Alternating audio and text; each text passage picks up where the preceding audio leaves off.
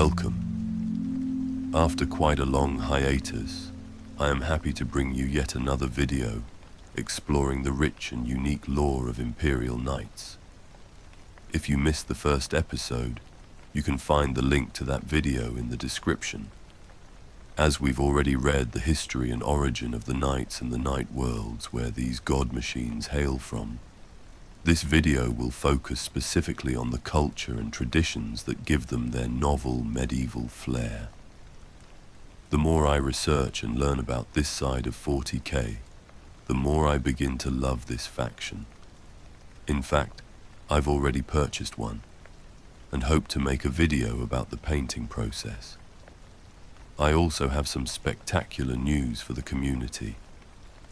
Monument Hobbies were generous enough to provide an affiliate link to their products for us to use. This means that you can get 5% off your order, while also supporting the channel. I can honestly say that they produce the best hobby paints available currently.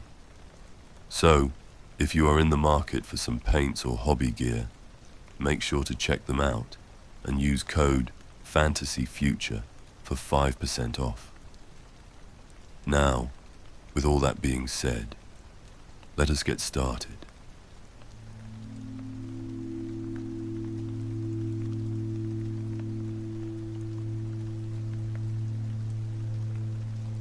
Though the horrors of old night claimed many thousands of night worlds, hundreds still remain, scattered throughout the length and breadth of the Imperium.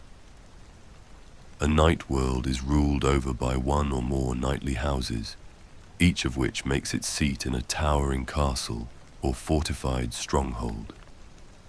Many of these great fortresses, especially those of the ruling houses, are built upon the landing sites of the Long March ships, and in some cases their very foundations are formed from the bones of those ancient craft. Though centuries of war and conquest have left their mark, these castles remain formidable. They are clad in ferrocrete and adamantium, their walls swaddled by layers of void shielding. In times of peace, many of their labyrinthine halls and corridors sit silent under shrouds of dust. Yet should war come calling, these fortresses can support teeming garrisons of household militia and boast arcane weapon systems that date back to the days of the age of technology. Unsurprisingly, knightly houses rarely lose their castles to hostile conquest, and then only at a horrendous cost in enemy lives. Each castle, whether a sprawling mountaintop manse or a slab-sided fortress nestled deep within shadowed woods, sits at the heart of a web of strip mines, agriplexes, and breeding paddocks. From their earliest days of colonization, the night worlds were always intended to be self-sufficient and endlessly sustainable, and so they still are. The original Long March colonists brought with them incredible technologies and scientific marvels, and though most ceased to function, some still work, even though the means of their creation or operation are long since forgotten. Great STC-built mining machines churn away below the ground, excavating a steady flow of minerals. On the surface, vast armor-glass greenhouses play host to dimly understood machines that stimulate bounteous crop growth, which steam-driven servitors and water-wheel conveyors pick and process. Herds of hardy groks and other larger livestock roam across grassy plains. When machines break down, they are repaired with whatever technology is at hand.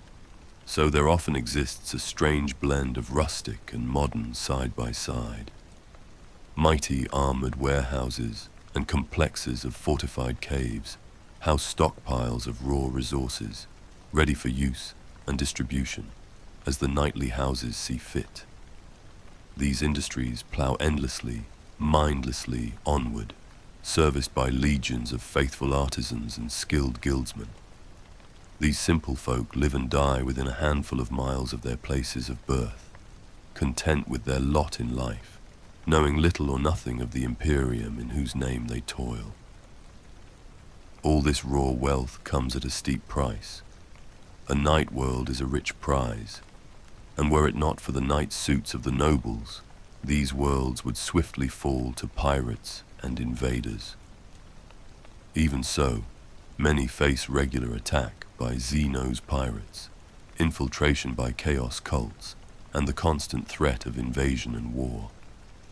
The might of the nightly houses is substantial, but they would still be overwhelmed were they to stand against the horrors of the galaxy alone. However, the same riches that attract aggressors also win the night worlds, their greatest allies. First and foremost, the bulk of the night worlds are tied by bonds of dependency and allegiance to the forge worlds of the Adeptus Mechanicus. Though this arrangement brings benefits to both parties, it is the Omnissiah's priesthood who reap the richest rewards. Each night world is a resource production hub of significant value, and the Adeptus Mechanicus are not hesitant in seizing these proceeds. At least once a year, each night world receives a visit from a huge, wallowing Mechanicus mass conveyor and its fleet of escorts.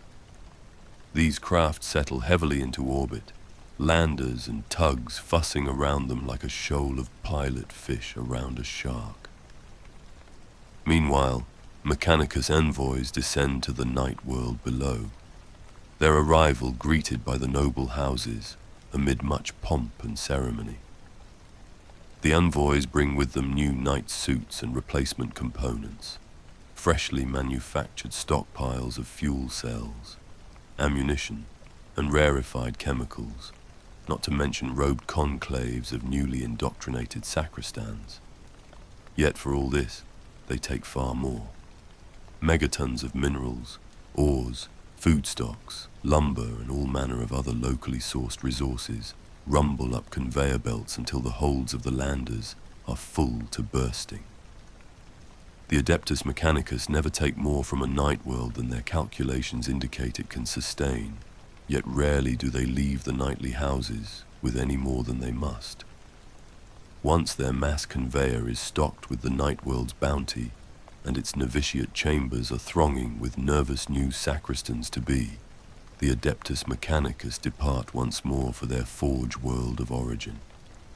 So it is that while night worlds affiliated to the cult Mechanicus are more technologically advanced than their imperial cousins, they are forever bound by their commitment to sate the hunger of their patron forge worlds.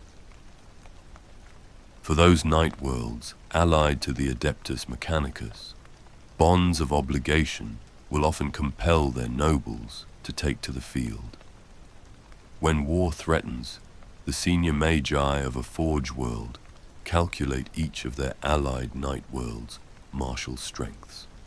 They then extrapolate from this information the quota of knights they will demand that each knightly house provide. Nearly every knightly household will be expected to muster a household detachment in support of their Adeptus Mechanicus allies, though the size of these detachments can vary greatly. Some, gathered from minor houses, or those that are already engaged in prosecuting another war, will number a mere handful of nobles in their night suits. However, most households muster detachments of dozens, sometimes even hundreds of night suits. Failure to fulfill the quota demanded of them is seen as the greatest dishonor a knightly house can suffer, and those households who fall short in this way rarely recover from the shame. Notorious cases such as House Ironhelm, who failed to provide their quota after pridefully losing several knights in an honor duel just days before muster, are cautionary tales to all rulers of knightly houses. More than one ambitious consort has tricked nobles of a rival house into frittering away their strength, so as to engineer their fall from grace when the Mechanicus calls and they cannot answer. Yet for all this, it is rare indeed that a night world will fail to deliver its full complement of warriors to the muster coordinates. Marching to war alongside the fabled Titan legions, fighting in the greatest battles of their age. These are things that few nobles can resist. Better still, service in the armies of the Mechanicus guarantees escape from the hateful routine of household life for months or even years at a time. Once summoned to war, nobles are expected to march at the command of the Tech Magi until such a time as they are dismissed to return to their homes. Should a knight or detachment thereof perform especially admirably, they may be commanded to remain in service of the Legio Titanicus permanently, securing their escape from the rigid family structure of their old lives once and for all. Far more common are those night worlds scattered throughout the Imperium that have never succumbed fully to the influence of the Adeptus Mechanicus.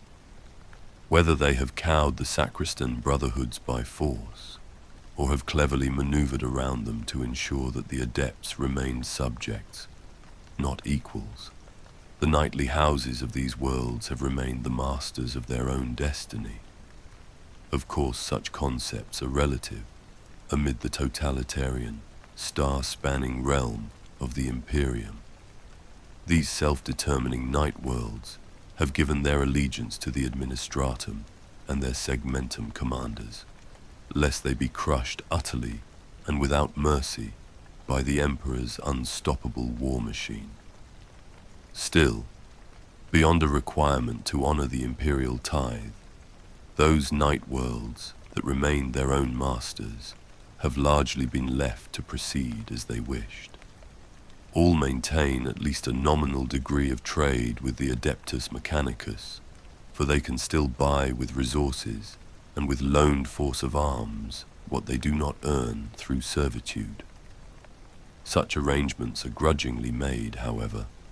Many imperial-centric night worlds find themselves obliged to tolerate favoritism and regular snubs by the slighted Adeptus Mechanicus. Yet though they may be poorer in technological terms, and are often forced to fall back on their own means for years at a time, without aid from the distant organs of the Imperium, the knightly houses of these worlds are proud of their independence, and are known to fight all the harder for it. The origins of the knight suit can be found woven into the history of the Adeptus Mechanicus from the time of the Mechanicum, and those houses that have formed alliances with the forge worlds of the Omnissiah build upon the foundations of this ancient relationship.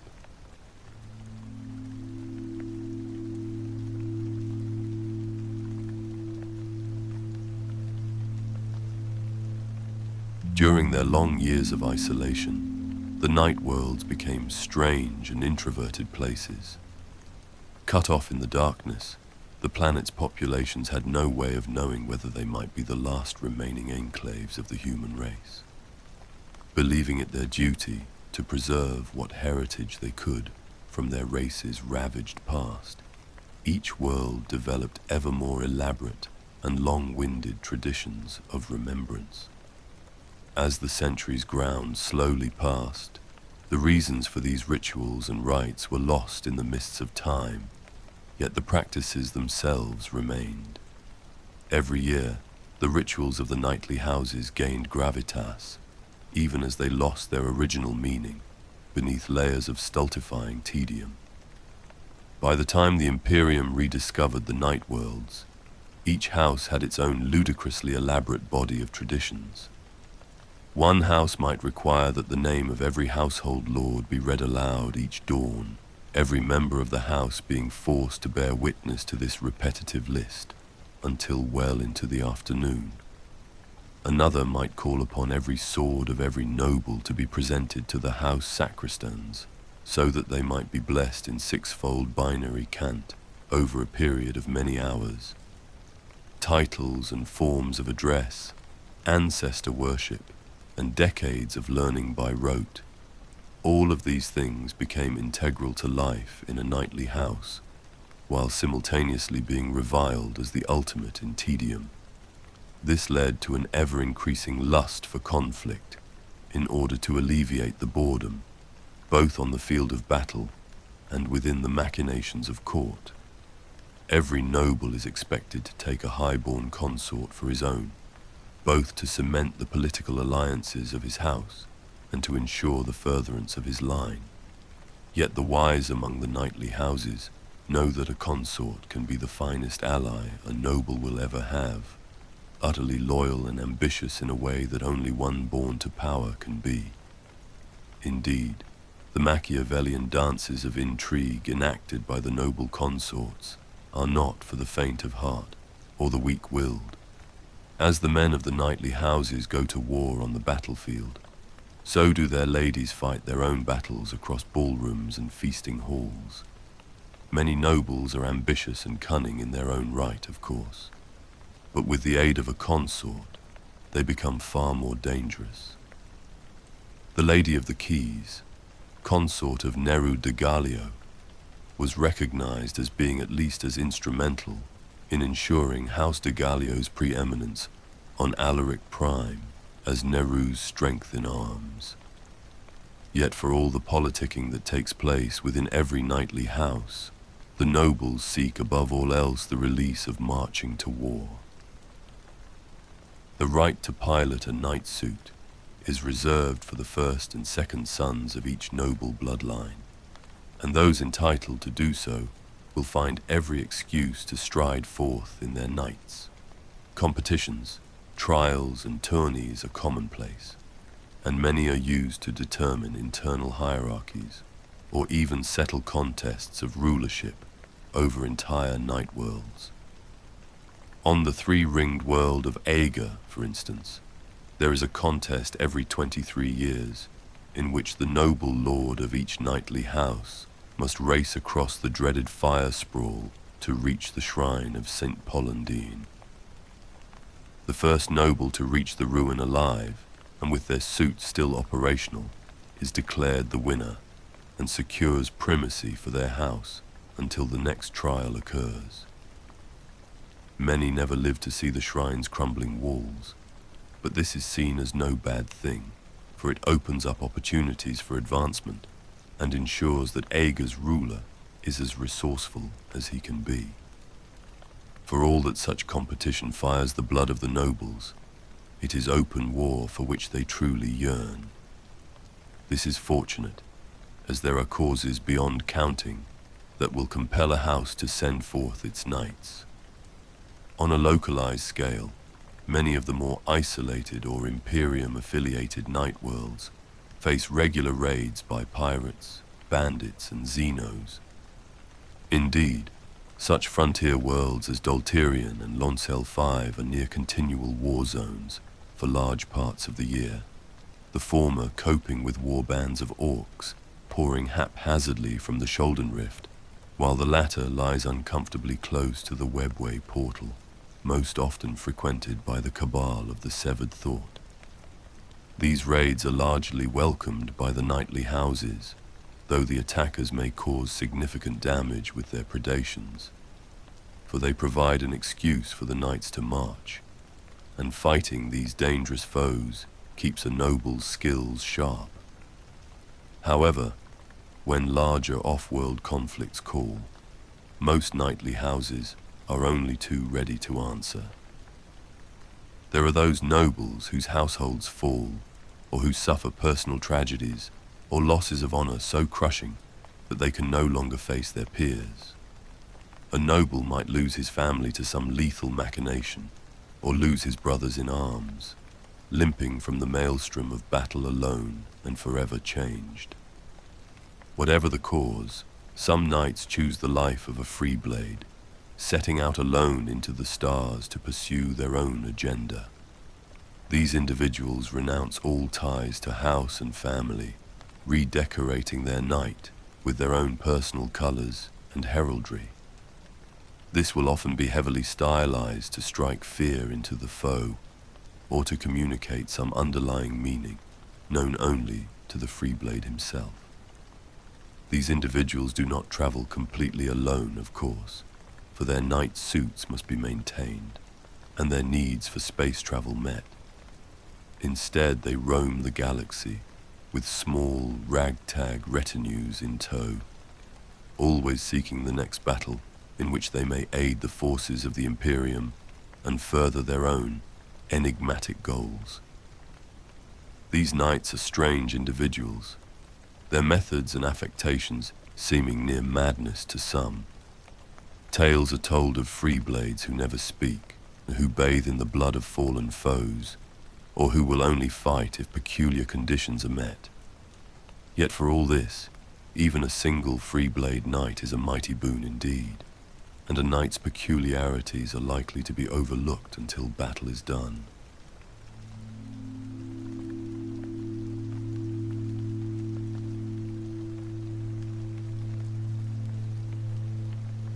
Knighthood heraldry has evolved over millennia, from the simple icons and symbols used by the first settlers to the complex designs and pageantry used by their descendants.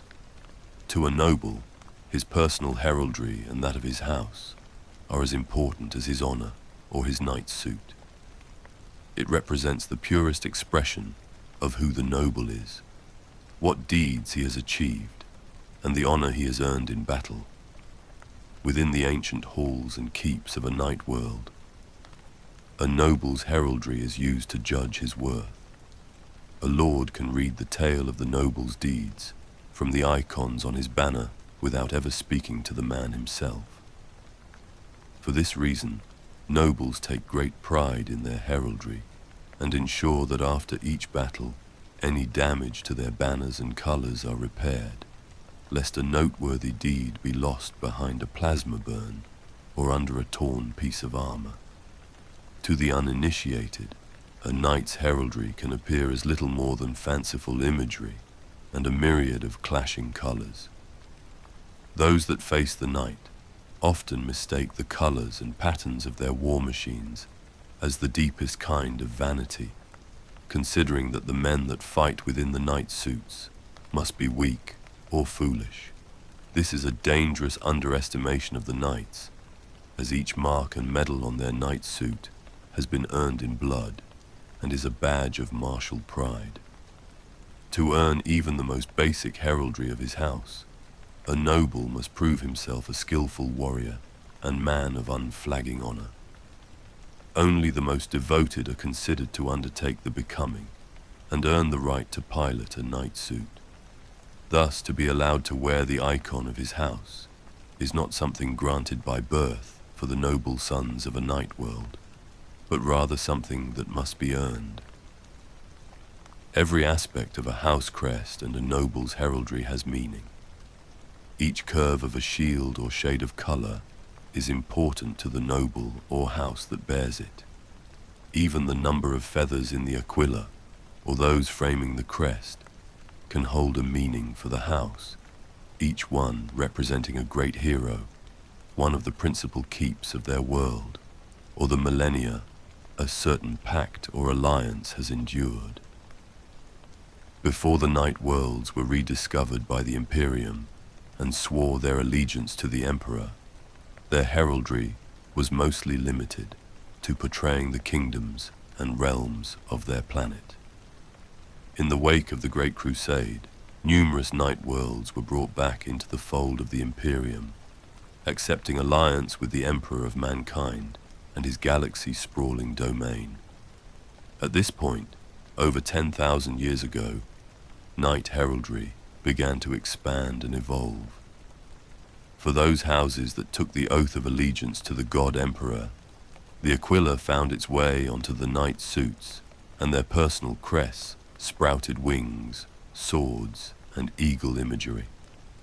Over years of war and sacrifice, these icons have grown and developed, each new generation of house lords and nobles adding to the deeds of their world and strengthening the ties between the Imperium and the knights.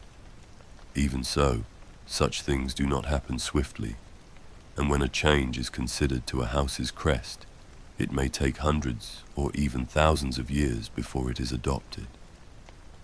This is a reflection of the hidebound traditions of the noble lines and their families that see change as anathema. However, variations of the house crest are permitted under certain circumstances. for particular campaigns or crusades. A lord might add a weapon or colour to the house crest for the duration of the war in question, denoting a special honour to the knights that bear it. While it is often a subtle change, a different symbol, or the aspect of a rampant beast, any noble will be able to note the change instantly and understand its meaning. When a noble dies, usually falling in battle in the service of his house, his personal icons and heraldry are borne back to his home world. These banners, often torn and stained from combat, are hung in the halls of his keep alongside those of his ancestors, so future generations might look upon his deeds and remember his glory. A young noble growing up in such a place must look upon the banners of his forebears every day, noting their heroic achievements and mighty history. These children grow to adulthood wondering if they will earn a place at their ancestors' side, eager to win glory for their house, and create a banner similarly bedecked in icons of far-off campaigns and vast crusades. The heraldry of those houses aligned with the Adeptus Mechanicus incorporates much of the iconography of Mars. The crests of these houses often feature hard lines and solid geometrical shapes more akin to labels or markers than the stylized shields of their imperial kin. The cog is a strong feature of any Adeptus Mechanicus house crest. The toothed wheel, an enduring symbol of the Omnissiah. Chains, tools, and hammers represent the industrial might of the Adeptus Mechanicus, the power behind the creation of the knight suit and its fury in battle.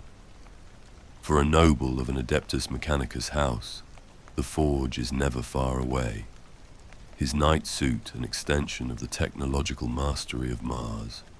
Even though a night world might be separated from Mars by time and space, they will always be children of the Red Planet, the offspring of the god of the war machines. Most knights carry a variety of pennants and banners, proudly proclaiming their heritage and battle honors.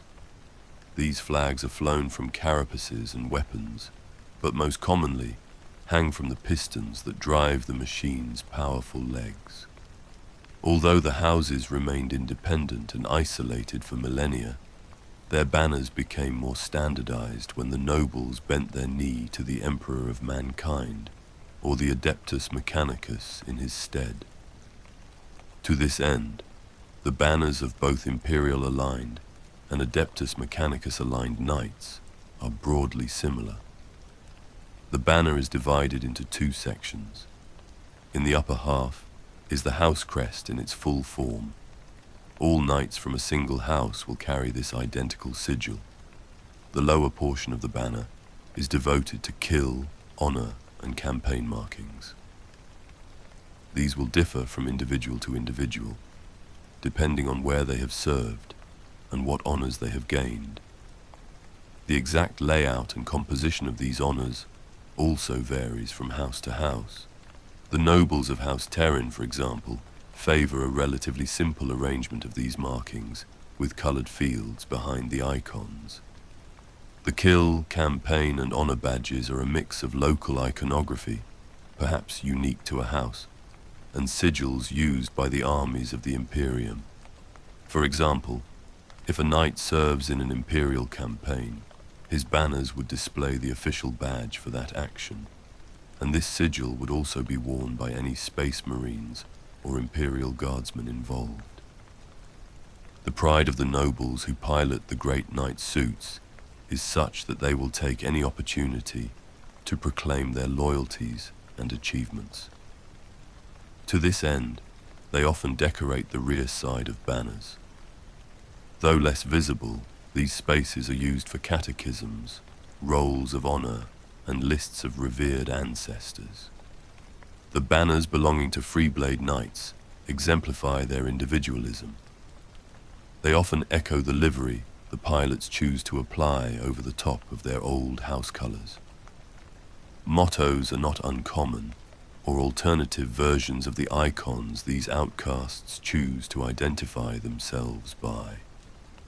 Such designs often reflect the fatalistic approach of the pilots, with skulls and other memento mori represented in great number. The nobles of House de Gallio arranged the iconography on their banners in the usual fashion. However, the kill markings on the lower half are framed by images of the sea monsters from the house's homeworld. The great behemoth ensnares the knight's honor badges. House Hawkshroud has some of the most unusual banners for an imperial-aligned knightly house. While they retain their crest at the top of the banner, the lower section features the insignia of their allies, typically enclosed in a scroll motif. Like many Adeptus Mechanicus-aligned houses, Housecrast favors black banners with white iconography. They use the pyramid and sun cog motif extensively, and their individual recognition numbers are emblazoned on either side of this device. House Tyrannis also follows this convention for the design of its banners. Of note is their use of the cog symbol that sits between the full house crest and their honor markings. These large icons are highly formalized. The exact composition has meaning and can denote rank. The banner of Sazantec has recognition numbers ensconced within the test pattern layout of the Techno-Magi. Sosoberon has a double cog, which represents his suit's initiation into the cult Mechanicus to the 2nd degree.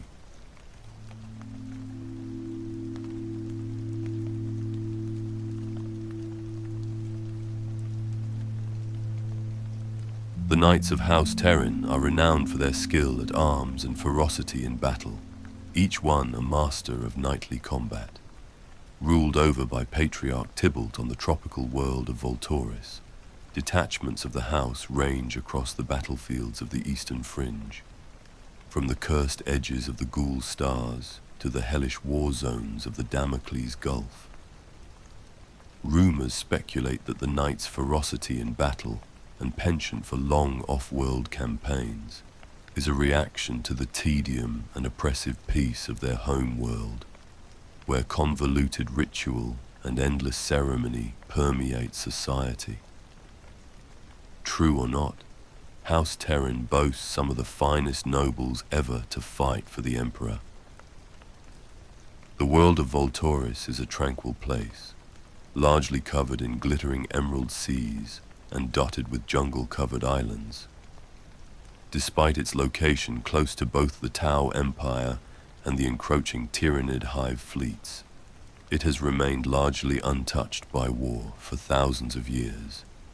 Even its predators, the carrion Vendel or the betentacled Croctars, are little danger to a knight. This freedom from strife or the ceaseless assaults from Xenos raiders has led to a society of tedious ceremonies and tiresome customs. Under the light of their binary stars, the nobles of House Terryn hold endless court, the expectations heaped on young nobles driving many to yearn for the call of battle, where problems can be solved at the end of a reaper blade. From the moment he awakens to the moment he returns to his sanctum, the noble must observe the ancient traditions of his family. Ancestors must be honored, observances spoken, and rituals performed. To ease the burden on their sons, most families have oathsmen that shadow a noble wherever he goes, standing in for them when they are called upon to make an observance. An oathsman will perform such tasks as offering up a drop of blood to each of the noble's ancestors, opening his palm over barely healed scars so the noble can keep his own hands unblemished. By this same token, it is not permitted for a noble to finish eating before his guests, and an oathsman might find himself choking down ale and fermented Vendel flesh long after his lord has taken his leave. Oathsmen also suffer punishments and deliver them in the place of their lords, leading to all too common situations where servants play out ritualistic castigation upon one another in the name of their masters. Far from being an unwelcome position, becoming an oathsman is a proud achievement for the family of one so blessed. To be forced to honor the ancestors of a noble is to touch the glory of the knightly houses. In fact, many oath servants have begun lineages of their own, generations of men and women bound to a single family. It is a life of sacrifice, lived in the shadow of greatness, but is the closest most common folk will come to the nobility that rule over them. Beneath the tedium of House Terryn's reliance on ceremony is the ancient weight of the law, and though many lords chafe under the complication inherent in their daily life, the house does not hesitate to punish those that stray from the binding traditions. Men have been lashed to dead animals and set adrift to face the croctars for mere breaches of protocol, but such a sanction will seldom affect the noble himself. Rather, his oathsman will obediently take his place. It is little wonder that with such a ritualistic culture, the young noblemen of Voltoris are drawn to the danger and freedom that comes from piloting a knight's suit into war. Once a noble has completed the ritual of becoming, he will find more and more excuses to be in his knight. Regular training missions are fundamental to the daily routine, with the Lord likewise finding reason to help his sons to master their knights in the jungles and shallow seas around their keeps. Younger brothers can only look on jealously as their older siblings laugh and brag about days spent crashing through the forest canopies, hunting for Vendel, or using derelict ships as target practice for their cannon.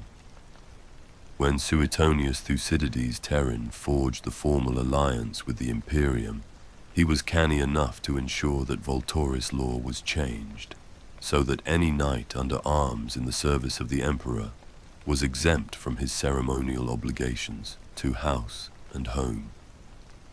Since that time, the knights of House Terryn have sought off-world conflict across the galaxy, pursuing their foes with an aggression born of years of unrequited yearning for war. From the time he reaches adulthood to his twilight years, a House Terryn noble will spend much of his life on campaign, returning to Voltoris only to ensure the continuation of his line and show his fealty to the patriarch. Even Tibble, ruler of House Terryn, still leads detachments in wars against the Imperium's foes, though he is over a century old. The keeps of Voltoris are as a result often quiet and empty places, populated by industrious servants and petulant young sons, overseen by jealous wives and daughters. Furion Peak, House Terryn's vast keep, echoes to the sound of song and revelry only when Tybalt and his nobles are between campaigns. Then, as quickly as they arrived, the Lord and his men will depart, leaving the servants to clean the feasting halls and restock the larders for the next time he should grace the keep. At the end of the 41st millennium, the Tau Empire entered into its third sphere expansion, and the war across the Damocles Gulf flared again into terrible life. Voltoris itself came under attack from the Tau commander Shadowsun.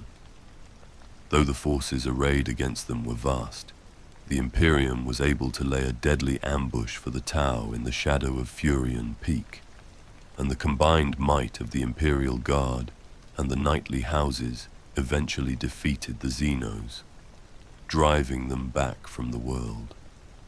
In the aftermath, the Tau tried to extract as much of their force as possible from Voltoris. Those Tau that could not reach the landing zones around the peak were forced to retreat into the jungle, or made for the open oceans in an attempt to find respite from the Imperial assault. Tybalt personally led households of knights in pursuit of these Xenos remnants, hunting them down before they could muster their strength once again. While many of the alien units scattered, Tybalt eventually ran a regiment-sized formation to ground in the Weeping Reefs, the crimson-stained waters becoming a battleground for knights and Tau battlesuits. rending their foes to scrap with their reaper chain blades. The nobles made a bloody example of the Tau. Tybalt was granted the honor of slaying the final alien, cracking open its suit and crushing it between the mighty foot of his knight and the razor-sharp coral. Though the battle had been won, Volturis would never be the same. It was stained by the presence of the aliens and their foul ambitions, while scores of its favored sons lay dead in the twisted remains of their proud knight suits. Tybalt vowed revenge upon the Tau as he stood tall over the corpses of their dead, promising much blood to come for this gravest of insults against his house. Many House Terryn nobles spend extended periods away from Volturis, fighting wars on distant worlds under alien suns. These protracted sojourns into the void can sometimes go beyond what is considered dutiful to the house and stray close to the way of the free blade. More than one noble has become lost in the duty of his quest, his single-minded devotion to pursuing a foe or honoring a vow taking him far into the wilds of the Imperium. Patriarch Tybalt accepts that sometimes a knight's journey will take him beyond the battlefields and banners of House Terryn, and to a place where he must forge his own destiny. This was the case with the Honorable Company. The company was a detachment of 5 knights fighting alongside the Forlorn Crusade in the southern wilds of the Eastern Fringe, that chose the path of the free blade to complete an honor debt for a fallen brother. The Crusade had been fighting for centuries to reclaim the Storla sector from Xenos empires and heretic overseers when the Knights of House Terryn joined their campaign. The Knights played a vital role in dozens of engagements across the sector, from the destruction of the Orc scrap hive on Orbalok II to leading the breakthrough of the imperishable line during the Battle of Bluefire. Each of the nobles earned a reputation for honor and courage among the Crusaders, Imperial Guardsmen and Space Marine battle brothers saluting the huge night machines as they thundered past on their way to the front line. It was in the closing days of the War of Ashes, against the swords of Kargoth renegade Space Marines, that the Knights turned free blade. The renegades had been fighting a war of scorched earth against the Imperium, falling back across the Limaean system, burning worlds in their wake, and throwing armies of mutants, cultists, and worse against the Crusaders. Kargoth, the warlord of the traitor armies, had noted the prowess of the Knights and had singled them out for retribution. Kargoth's demonic assassins infiltrated the Imperium's forward camp and murdered one of the House Terryn nobles while he slept in his pavilion, dissecting his body and laying it out in pieces for his lance brothers to find.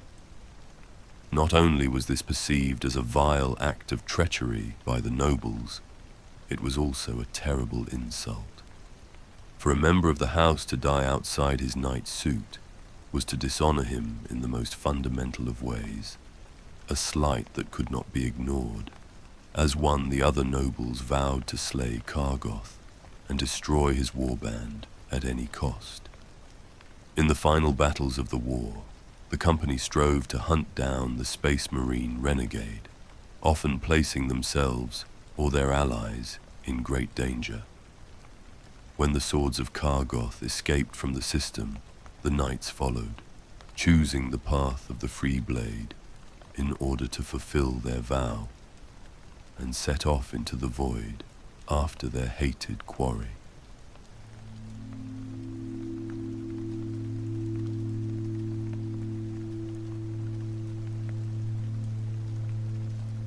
Proud and autonomous, the Knights of Risa have only ever accepted allegiance with the Imperium as equals, never considering themselves completely beholden to the High Lords of Terra.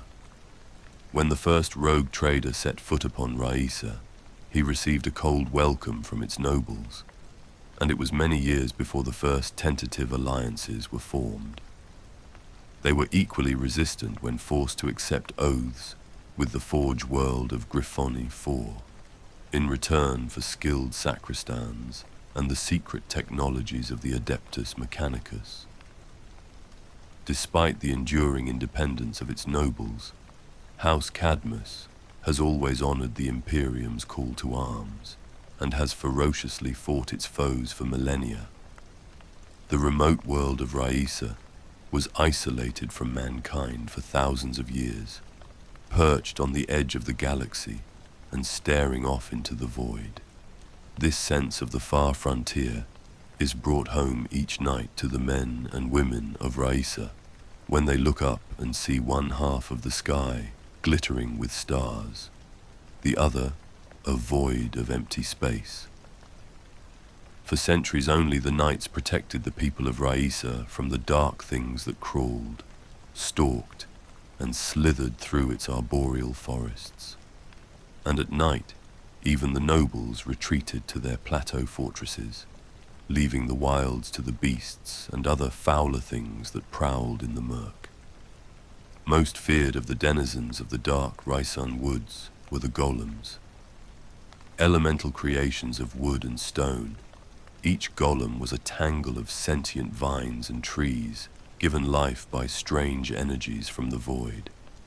With granite fists and obsidian talons, a golem was capable of punching through the carapace of a knight and tearing out its pilot. The only way to kill a golem was to rupture its stone heart, the living rock at its center, in which the resonating energies that held it together dwelt. In a century-long conflict known as the Golem War, the knights hunted down and vanquished the terrifying beasts, shattering the resonating spires from which they were birthed. It was from this war that Golem Keep, House Cadmus's ancestral home, earned its name. Its thick granite walls constructed from the dead stone hearts of the slain creatures. With the golems gone, races of primitive abhumans flourished in the forests of Raisa. Though these were little match for the nobles astride their knights, in large numbers the creatures could threaten the houses and their provinces if left unchecked. At times, whole communities would disappear overnight to the depredations of the mutants, who would melt back into the forests before the vengeance of the nobles could find them. So it is that now, on Midsummer Eve each year, the nobles gather at Golem Keep to take part in the great hunt known as the Cull. Born of necessity, the Cull was at first a way for the nobles to ensure that nothing ever again challenged their mastery of Raisa, as the golems had done in times past. The abhumans were the primary target of the Cull. Though primitive, they would occasionally raid the edges of the plateau cities. Where these abhumans came from is unclear, though there are tales told by superstitious peasants that they are a debased offshoot of the original human settlers, sharing a distant if dubious ancestry with the houses. Whether there is any truth in this, it does not stop the nobles culling their numbers, the high-born families content not to speak of such matters or to consider what they might mean. The cull has been undertaken for thousands of years and is at the core of Raisan society. In the early hunts, the nobles would crash through the forests in their knights, guns lighting up the shadowy paths and clearings as they cut down anything larger than a vine vole. At the end of the hunt, the nobles would recount their kills, though there was never any true way of knowing how many actual abhumans had been slain, as little remained after battle cannon rounds and reaper blades had done their work. Over time, the cull evolved and became more efficient, especially once alliance was made with Griffith 4. The use of sophisticated augers and bioscanners allowed the knights to detect the abhumans through miles of shrouded woodland, and kill counters were added to the knight suits to remove any doubt as to who reaped the greatest tally. Eventually, the cull grew in importance to become the means by which the ruling lord of the house was chosen.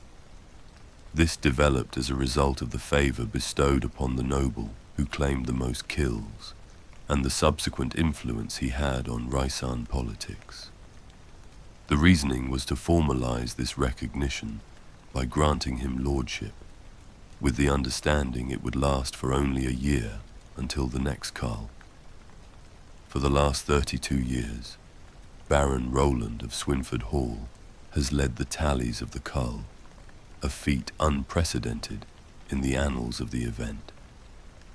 The other nobles of Rhysand have recently entered into a rare accord, questioning whether it is right that prowess in the culling of base abhumans should determine political might at all. To these dissenters, Baron Roland has been heard to say that if they care so much about who has lordship, they should simply perform better in the cull. The nobles of House Cadmus have a reputation as peerless hunters, and there are few other knightly houses that can boast the same level of skill when it comes to running prey to ground. The development of hunting skills is a necessity in the wilderness of Rhysand, and Cadman nobles are experts in controlling their knights in dense surroundings like jungles and woods. The thickly forested continents of House Cadmus' homeworld are the proving ground for its knights. The huge green-armored walkers crash through the foliage, sending wildlife scurrying in all directions. From above, the knights are difficult to distinguish, their adamantium plates blending in with the forest canopy and making them appear like the ominous shadows of undersea predators gliding through dark waters. Young nobles sometimes disappear for months, hunting in the woods of Rhysand, taking with them a small company of retainers and a favored sacristan. This can become a rite of passage, as the noble catalogues his kills and tries to outdo his peers by delving deeper into the wilds of the night world. Even in a knight suit, there are places that fathers warn their sons not to tread, though more often than not, this only makes such sights more enticing. The Tangle is such a place, a briar patch of twisted trees and knotted undergrowth so thick it can snare a knight. Rumor has it that in the wake of the Golem Wars, not all the beasts were slain, and some survived by fleeing into the farthest regions of Rhysand.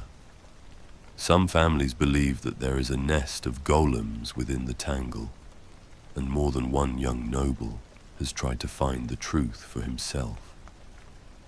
Such hunts usually end with the knights returning to Golem Keep, empty-handed but covered in mud and broken vegetation, though always with tall tales of things glimpsed through the trees or just on the edge of auger range. These stories do nothing to sate the nobility and only ensure that a new generation of nobles will take up the quest.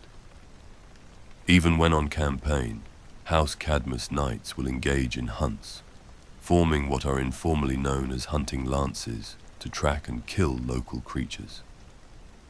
On the death world of Dynak, knights of House Cadmus aided the Catachan 217th in defeating a major assault by Eldar corsairs.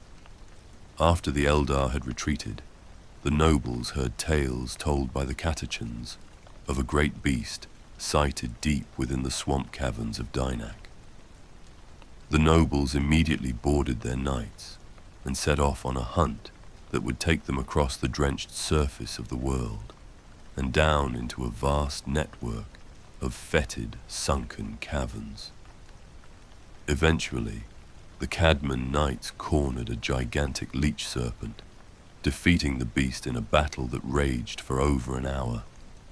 The Catachan commander could only nod with approval when the knights returned, dragging the stinking, fanged head of the beast with them. Rhysand rests upon the very edge of the known galaxy, with nothing but darkness staring back at it from the void beyond. It is little wonder, then, that it has suffered strange visitations from out of the veiled region. Over the centuries, Scores of phenomena have been recorded by House Cadmus, each encounter or event carefully written down in the Great Tome of Years held in Golem Keep. In the year of dark rain, millions of obsidian meteors came hurling out of the galactic void, crashing down into the jungles of Raisa.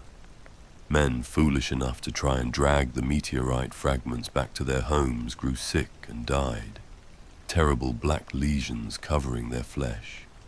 Eventually, House Cadmus decreed the meteors forbidden and gathered together all they could find using night suits, sealing them in the depths of Golem Keep. However, those few men who looked upon one of the meteorites and lived whisper that they were covered in strange script and the crudely carved images of knights. During the year of haunted words, a light fell from the heavens and landed deep in the woods of the Arborous Basin. That same night, the Baron left Golem Keep with a few of his men and took their knights down into the forest. Rumors among the servants of the keep tell of the Baron returning with a luminous casket of strange and alien design. Through its transparent lid, a willowy woman could be seen, slender of limb and fair of hair, with gracefully pointed ears. The same servants say the sleeping maiden was carried down into the vault to be hidden among the most sacred treasures of House Cadmus. In the year of shrouded stars, a huge comet filled the skies of Raisa, wreathed in blue and white fire.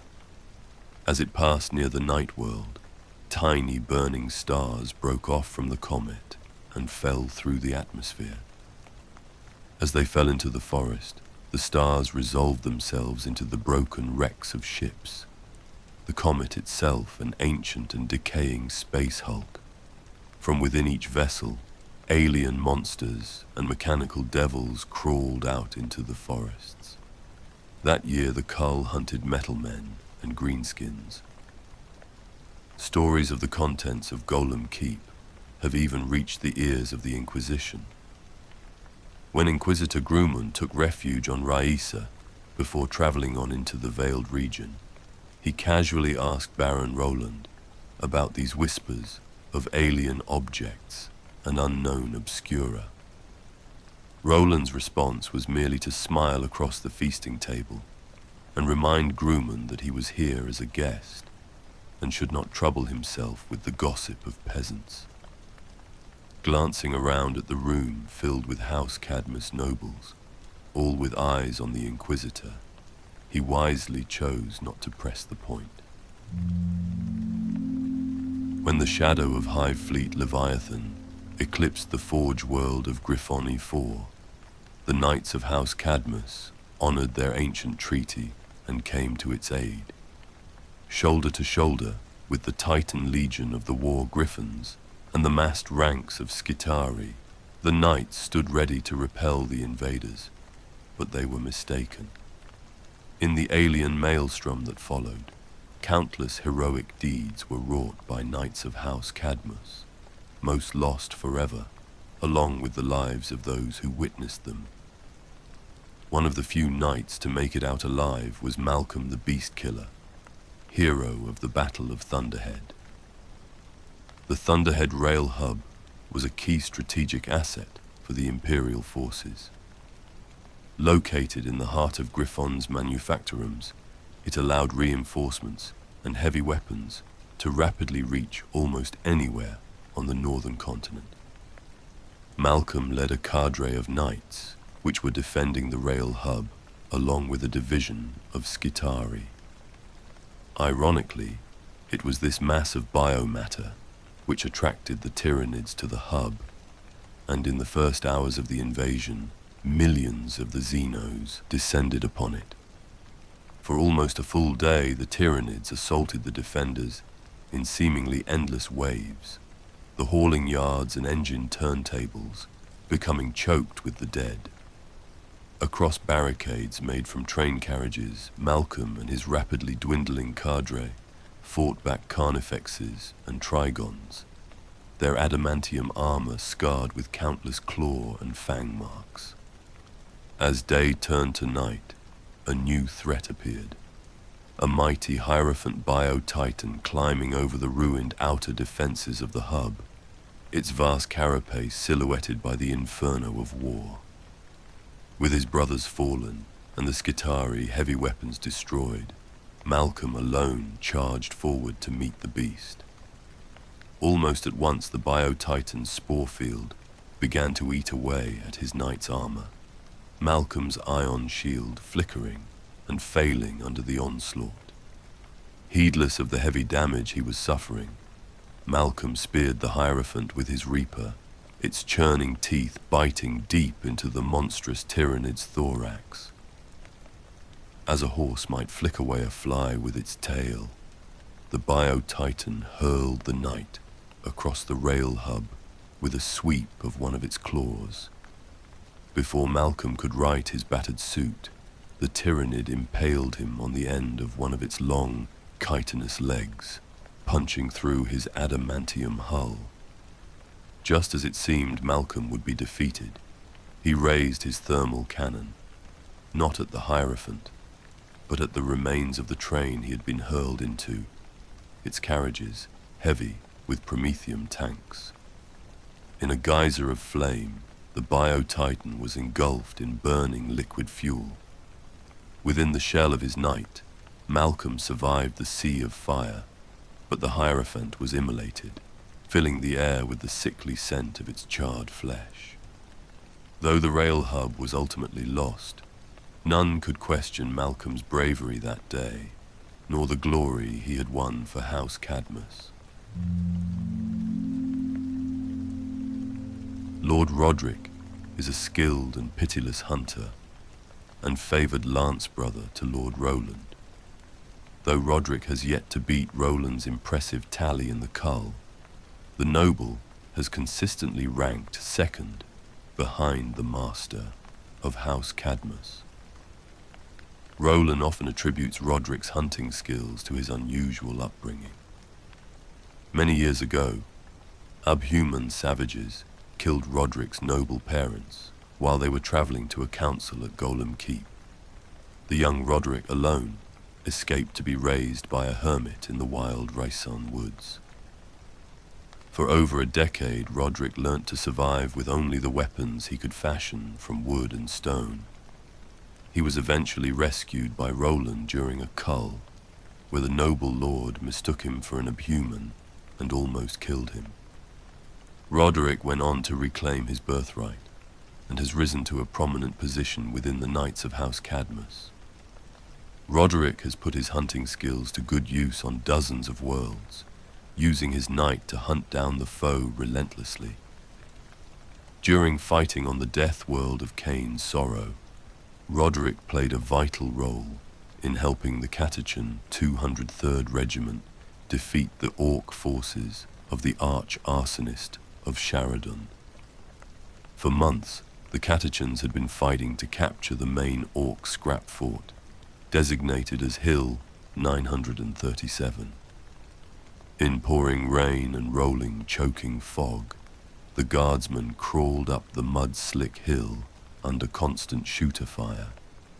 Even the arrival of the House Cadmus Knights proved indecisive, as the heavy walkers were bogged down as they tried to climb the hill, becoming easy targets for the ramshackle Orc artillery.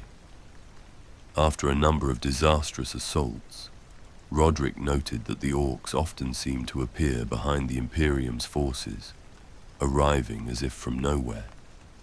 Following the distinctive alien spoor of the Orcs, the noble uncovered a complex network of tunnels, honeycombing the hill and leading to deep bunkers under the fort. Using his cannon to scour the tunnels clean, he was able to open the way for the Catachans and eventually take the hill.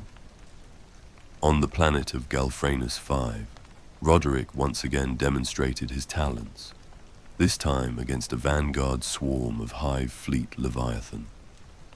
For months, the peaceful Agri world had been plagued with reports of strange beasts, half seen in the tangle orchards or disappearing into the vast avian hatcheries. Seeing the signs for what they were, the noble took his knight to the surface and began a systematic hunt for the Tyranids. Roderick followed the lingering pheromone trails of dozens of lictors, stalking them through the vine-choked orchards like a vengeful giant. Workers would look on in wonder as the knight suddenly appeared, turning its guns on a line of trees and shredding the chameleonic beast lurking within. After 40 days of hunting, Roderick freed Galfranus V from every last trace of alien infestation. The skills learnt against the Tyranids on Galfranus would later serve Roderick well during the defense of Griffith 4.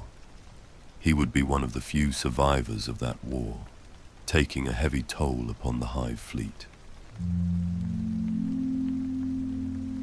When a noble joins with the throne mechanicum, especially young, as William did, it can alter his temperament, the feeling of invincibility that comes with being in command of a knight's suit, filling his young mind with visions of glory. William's reckless nature brought him close to defeat numerous times. His actions during the defense of Griffith 4 against Hive Fleet Leviathan won him great glory, but almost cost him his life. Having learnt little from the fall of the Forge world, William would repeat his mistakes on the Hive world of Vian. Hordes of orcs had infested the ruins of Hydaxian Hive on Vian, tearing it to pieces and building a gargantuan war machine from the wreckage. William joined the Dark Hunter's Space Marines in a first strike against the Hive, while the other Imperial forces mustered outside. William guided his knight, Bloody Broadsword, into the nightmare ruin of scrap and refuse, Dark Hunter's rhinos and predators racing alongside. For the first ominous hour, the strike force encountered no sign of the orcs, nor any resistance, crossing corroded bridges and rusted gantries as they slowly climbed up the Hive's shattered skeleton. Everywhere could be found the pitiful remains of the millions of citizens that had once inhabited the Hive, their dusty, gnawed bones littering the ground. Eventually, William strode into a great central vault, its ceiling reaching up hundreds of feet to form a sagging hive spire. Suddenly, the whole structure began to shake and rumble as it came to life, and debris rained down from above, banging off the knight and the Space Marine tanks. Like some vast mechanical slaughterhouse, the vault itself had come to life and was intent on the destruction of the invaders, blades and saws sweeping down from the walls, while mobs of orcs charged forward, armed with all manner of burning and cutting tools. Forming a defensive circle around the knight, the Dark Hunters laid down a punishing wall of fire, William targeting the hordes of orc war engines. After less than 30 minutes of furious combat, orc corpses were piled deep around the Dark Hunters, hundreds having fallen to their bolt guns, while scores of orc war machines lay in smoking heaps of scrap, blown apart by William's cannon, and yet still they came. Only warning whispers from his throne finally made him realize there was no victory to be had. Turning his gun on the Hive wall, he blew a hole out into the dusty plain, some 300 yards below. At the same moment, the Dark Hunter's captain called in an orbital strike from the chapter's strike cruiser. With the night covering their withdrawal, the Space Marines leapt and scaled down the sloped sides of the Hive, reaching the ground moments before a brilliant beam of energy came arching down from the heavens. William leapt his knight clear at the last moment, crashing into the ground, shattering its legs and knocking himself senseless. When he came to, the voices of the throne were for once blissfully quiet, and he enjoyed the sight of the Xenos' infested hive burning brightly against the sky. Baron Roland is a bold explorer and peerless warrior among the people of his home world, often spending long months on campaign. At his heart, the old noble is a hunter and will seek out any chance to hunt a new prey or test his skills, even taking up alliance with Adeptus Mechanicus, despite his fierce independence. The Baron was part of the ill-fated Paneum Explorator expedition into the Ghoul Stars. Magos Paneum had seconded forces from war zones along the northeastern fringe to explore the dead world of Kane 4.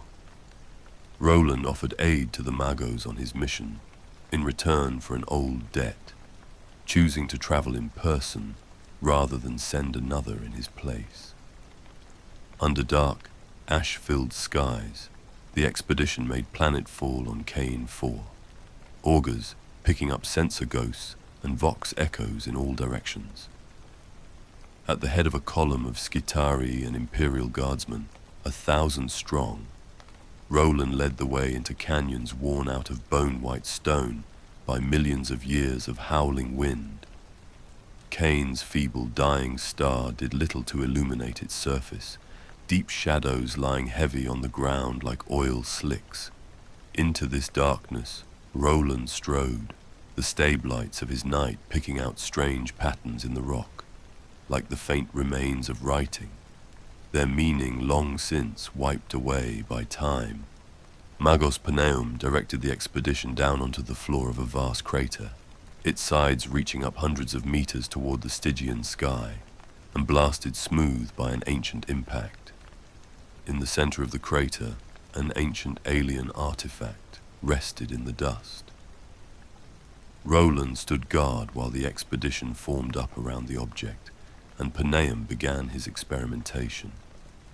At first the Baron thought little of the whispered warnings coming from his throne mechanicum, but gradually they rose to an almost unbearable din. Roland was triggering his vox to contact the Magos when a spear of green light erupted from the alien device, stabbing into the pregnant clouds that circled above. Almost at once shapes appeared, drawn down the teleportation beam into the midst of the shocked Imperial expedition. Necron warriors marched out of the light, raising their Gorse weapons in unison before firing into the Skitari and guardsmen, atomizing armor and bone in crackling arcs of green lightning. Roland tried to fight his way through the gleaming warriors to Magos Paneum, but he was too late. He could only watch as a towering Necron impaled the Magos on a blazing staff of light. Then, all the noble could focus on was survival. Necron destroyers massed their fire against his knight, while doom scythes screamed overhead. Alongside the surviving Skitari, Roland climbed the side of the crater, the mechanical Xenos close upon their heels. Roland alone survived to reach the summit, the broken remains of his foes littering the slope in his wake. Even so, his knight was heavily scarred by particle beam hits. Under intense fire, an explorator fleet transport bore him back to orbit, the Baron the sole survivor of the terrible battle.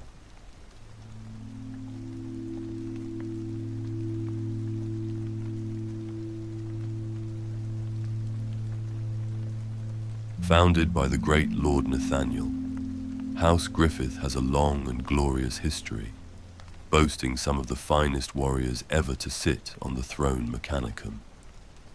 The elite cadre of Griffith nobles can trace their illustrious ancestry back to a time when their forefathers rode horses into battle against the great winged dragons of their world, fighting desperate battles against these terrible beasts.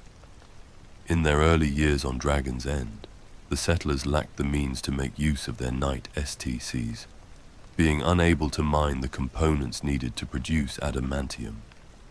In their place, genetically engineered steeds were used, fashioned to survive in the harsh atmosphere of the world, with filter lungs and nictitating membranes over their eyes.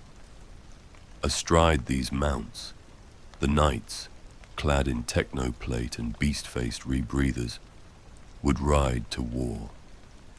Though these times are long gone, just like the reptilian beasts themselves, the nobles still test their fighting skills against each other on horseback.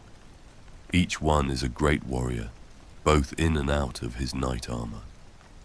The result is a house of consummate bladesmen, each deadly in close quarters with a reaper, and more than capable of besting war machines many times their own size, with a flurry of devastating thrusts and cuts.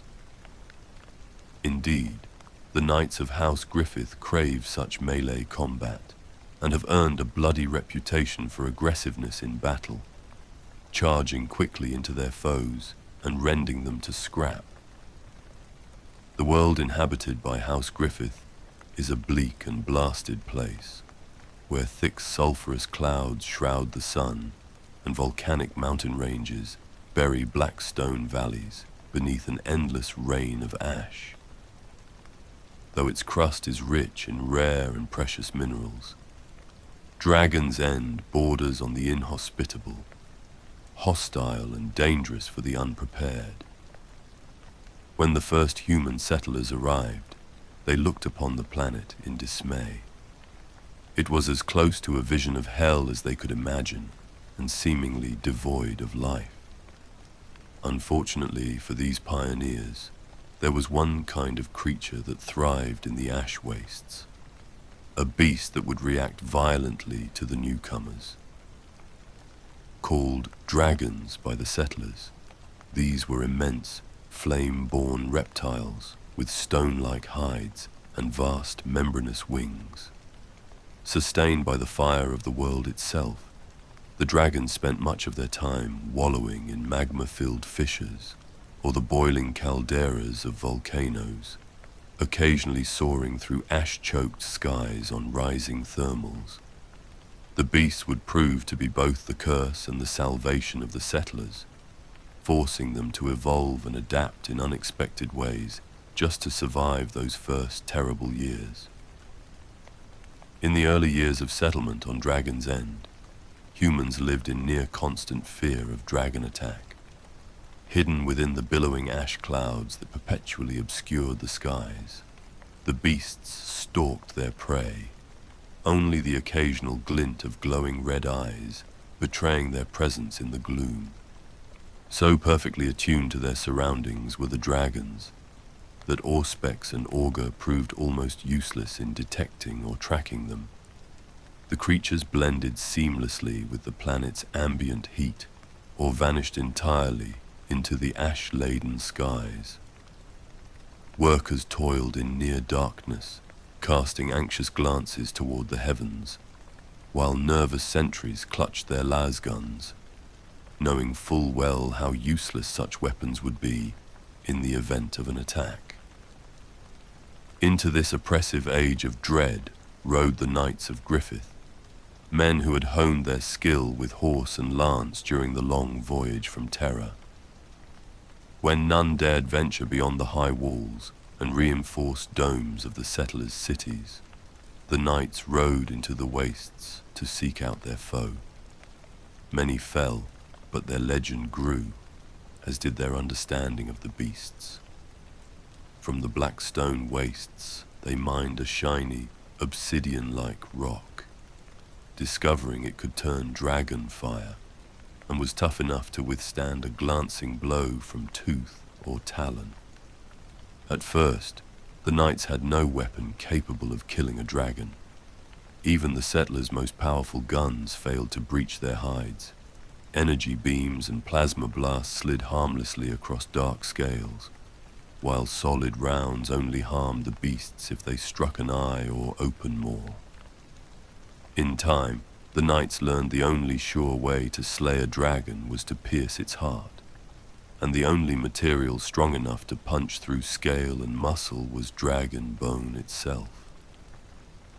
The knights began raiding dragon graveyards for bones to fashion into lances, stealing in while the beasts slumbered to plunder the remains of their dead.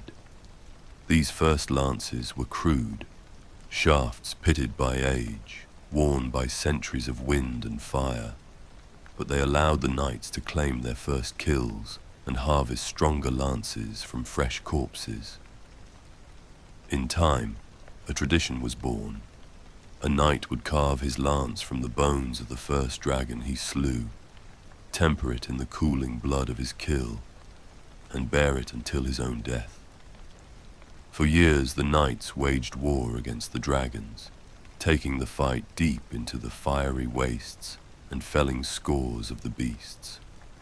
By the time the first knight suits were forged, House Griffith was already a seasoned order of dragon slayers. With these new war machines, the nobles devastated their foes. Yet even with such power, the image of the obsidian armored knight on horseback endured as the truest symbol of the dragon war. After decades of relentless combat drove the dragons to extinction, Dragon's End was freed from its ancient curse. The war left behind a hardened warrior elite, long before whispers of the throne mechanicum began shaping a feudal society of nobles. By the time adamantium could be mined and refined for knight armor, those who piloted them were already peerless swordsmen and duelists. This legacy of struggle served House Griffith well in the wars of the Imperium, each noble unmatched in skill with both blade and cannon. The legacy of knightly virtue and might was soon writ large across the stars. Though the Dragon War had taken a heavy toll on Dragon's End, it forged a people and a house whose martial heritage would prove invaluable to their alliance with the Imperium. When the nobles of House Griffith speak of their ancestors, they tell of the Dragon War, of the bravery of men who once fought beasts from horseback. Some rare thrones mechanicum still hold memories from that era, carrying within them the ghostly whispers of long-dead dragon slayers. As part of their ancient traditions, the nobles of House Griffith still ride horses and train with lance and blade. Though these archaic skills are rarely called upon outside the cockpit of a knight's suit, they remain a vital part of noble culture, employed in contests between the great houses. Disputes between nobles, and even within families, are often settled through duels or jousts. First and second sons alike are expected to become skilled swordsmen and riders, lest younger siblings usurp their place within the family. Martial prowess continued to hold precedence long after the extermination of the dragons, with the fairest maidens and most favorable matches going only to those who could prove themselves in such contests. Without question, the largest tournament on Dragon's End is held in the field of adamantium, where, by ancient covenant, the noble families compete for standing. Beneath cloud-choked skies, across smoking black earth, warriors clad in gleaming adamantium plate meet in combat. Their steeds are genetically augmented to breathe the poisonous air that seeps from fissures in the ground and drifts down from the surrounding volcanoes. The nobles themselves wear beast-faced helms, fitted with built-in rebreathers, their flared steel nostrils and fanged snouts expelling thick yellow plumes. The joust is the grand contest at the heart of the tourney, while lesser events include melee and marksmanship trials. It is the clash of lance and shield that draws the eyes of the families. Using a complex system of lineage, prestige, and proven skill, each noble is ranked in both their prowess with the lance and their standing within the intricate hierarchies of Dragon's End. These rankings dictate who they may face in competition and how they might rise or fall within the social order. For the common citizens of Dragon's End, the tournaments are a central part of life, offering a brief but brutal escape from the drudgery of the agri-sub-farms and scar mines. The crash of steel lance upon adamantium plate or the sickening crunch of bone as rider and steed are sent tumbling to the ash-blackened ground, is met with raucous cheers.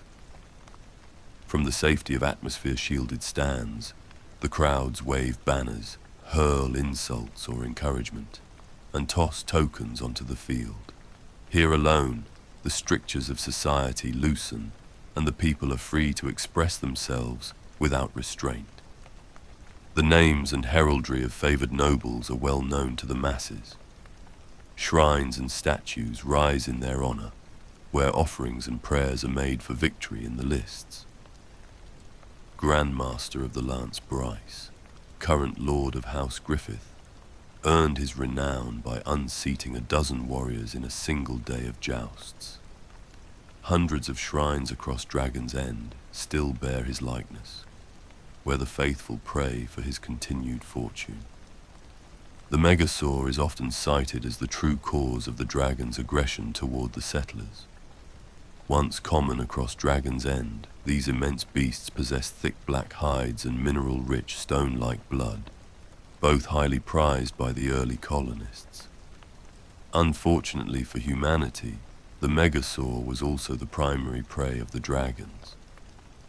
Many of the first dome cities included vast pens and slaughterhouses where captured Megasaur were fattened on refined mineral waste before being butchered for their bones, blood, and hides. Inevitably, these enclosures drew the attention of the dragons, who would rip their way inside to claim the already fattened prey. Beyond harvesting the beasts for resources, the Knights of House Griffith also used the Megasaur as bait. A single braying animal staked out in the wild could lure dragons from miles away, allowing the knights to spring their ambush. However, centuries of exploitation and culling drove the Megasaur population to a fraction of its former numbers. Those few that survived existed almost entirely in captivity, while the extensive mining operations of humanity stripped the land of the mineral-rich regions that had once been the creature's primary food source. Despite this decline, the Megasaur endures as a symbol of Dragon's End's brutal heritage. House Griffith maintains its own breeding stock of the beasts, using them in tournaments and grand games where their size, strength, and savage temperament ensure a spectacle worthy of their ancient reputation. The Dragon Wars raged for years after the arrival of the first humans, but the Knights of House Griffith finally hunted the beasts to extinction. Though it was Nathaniel, founder of the house, who slew the father of dragons, Alvirax, and ushered in the end of the war, it was another who killed the last dragon. The destruction of the dragon's hatcheries, combined with the use of the newly fashioned knight suits, was to be a death sentence for the beasts. Though it would take decades for them to disappear completely, they were encountered less and less. Eventually, it was believed the dragons were all gone, though one young Griffith noble did not accept this and dreamed of following in the footsteps of his forebears. Known as Dracos, the noble grew to adulthood in a time when the first knights were at last taking to the field, and to be a noble was to master this new and powerful technology. Dracos embraced this weapon of war at his becoming, and ranged far and wide across the ash wastes, searching the volcanic peaks and vast baking plains for dragons. For decades, Dracos quested, though others maintained the dragons were all gone.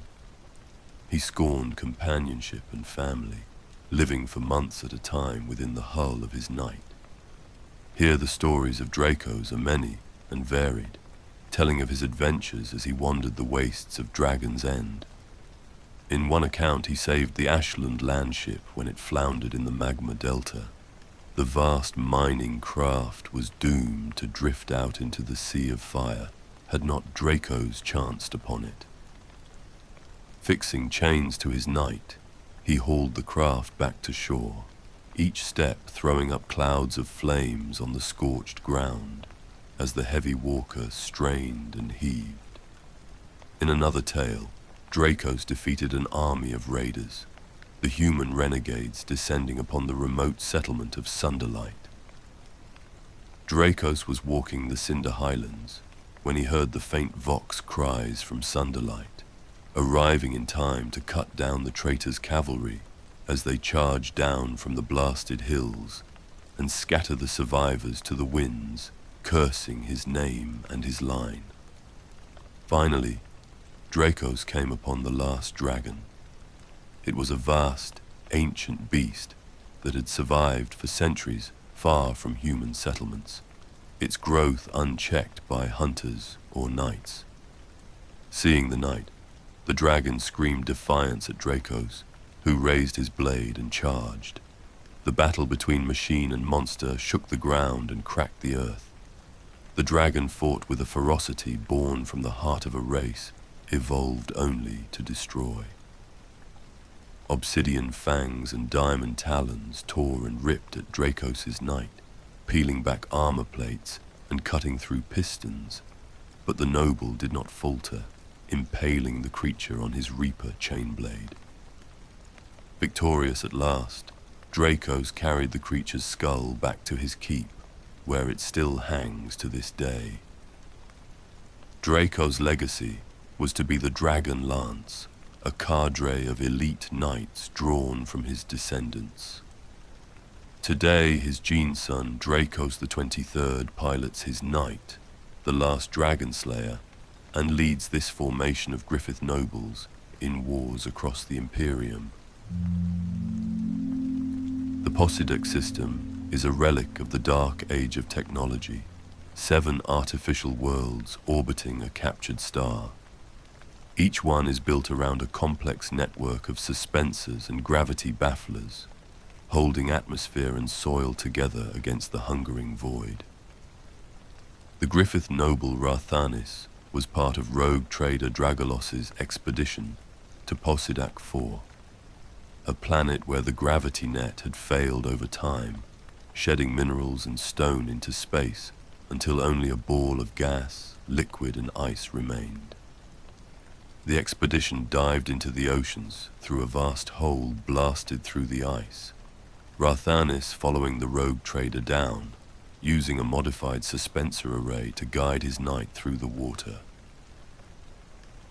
At first, Rathanis could see nothing worthy of his attention within the cold, dark waters, his stab lights making out only blind, betentacled cephaloids that mindlessly latched onto his armor before falling off, looking for tastier prey. After sinking down through miles of shifting currents and silent Stygian water, Rathanis detected faint strobes of light from far below. His knight creaking and shuddering from the extreme pressure of being at such a depth, the noble tilted forward and drove toward the light. The rogue trader followed in his wake, trying to keep up with Rathanis, the war machine, a looming shadow on the edge of the lander's powerful floodlights. Slowly taking shape within the deep-sea gloom, Rathanis could make out the remains of a vast industrial city, rusting and mostly dark, abandoned centuries ago by the builders of Posidek. Suspended in a floating field of broken buildings and weed-choked wrecks, the city's remains still flickered with faint lights from within its heart. Rathanis touched down on the edge of a structure, his knight kicking up thick clouds of sediment as it strode toward the source. As the noble crossed the city, knocking fallen gantries and rubble out of his path, ancient eyes tracked his progress. Sealed under the ice and water since the age of strife, corroded metallic automata had slumbered, trapped long ago when the city had been sunk by its original inhabitants. Now they saw a chance for freedom, the rogue traders' craft their means of escape.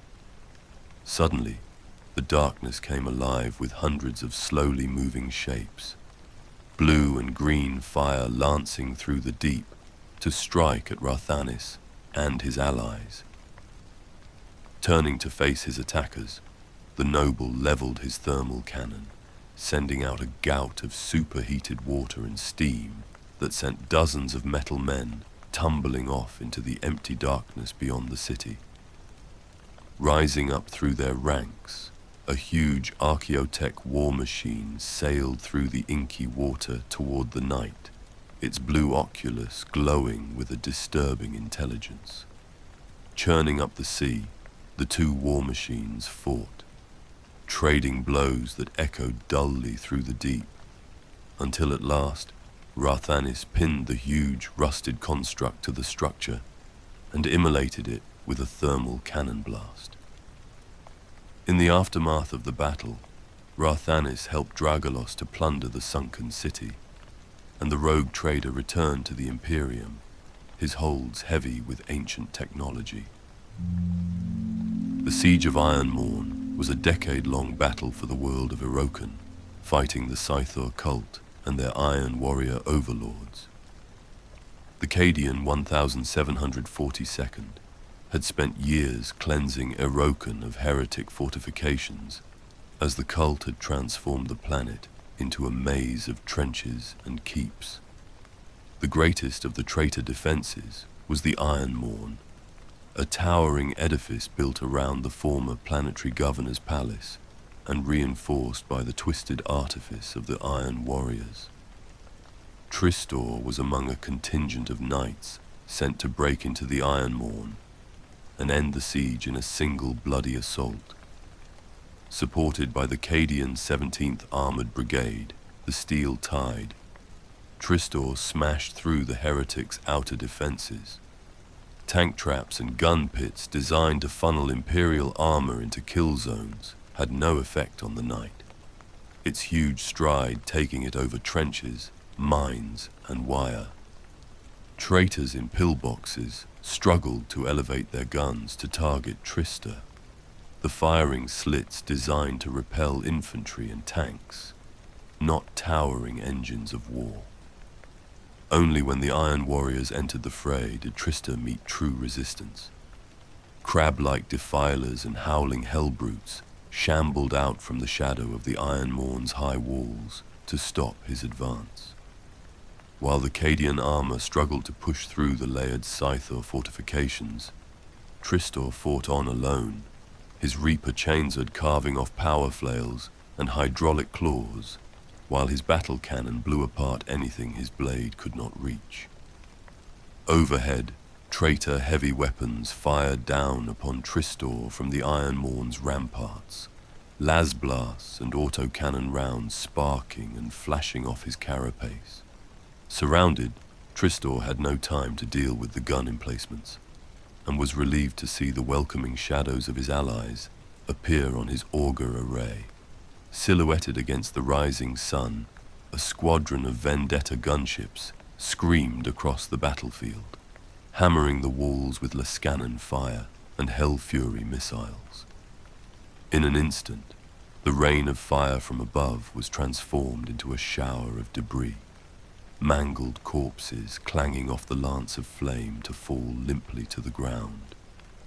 Crushing heretic infantry underfoot and pushing aside the wrecks of traitor war machines, Tristor doggedly fought his way to the grand gatehouse of the Ironmorn. As the night approached, the traitors intensified their fire, sensing their foe's plan. Tristor's ion shield flared and flashed as he struggled to repel the onslaught, until at last it overloaded with a brilliant flare of light. His armor became so scored and dented that his heraldry was replaced with bare metal scars. Finally, Tristor stood before the gate, his knight's augurs questing through the heavy plasteel plates until he located the heavy chain holding the gatehouse counterweight. Thrusting his Reaper chain blade directly through the wall and into the mechanism, he severed the chain, its links peeling apart until the weight of the gate sent it crashing down, opening the way for the Imperial assault that would eventually take the fortress. The spirit of the first dragon hunters lives on in the heart of every house Griffith noble. Raised with tales of daring valor and heroic deeds, they seek out the largest foes they can in battle and bring them low with thundering charges and precise reaper blows. Bryce, Lord of House Griffith, embodies this bravery and has proven his right to lead countless times, such as on the verdant moon of Astrum 12, a place of sweeping grassy plains and rolling rain-laden clouds.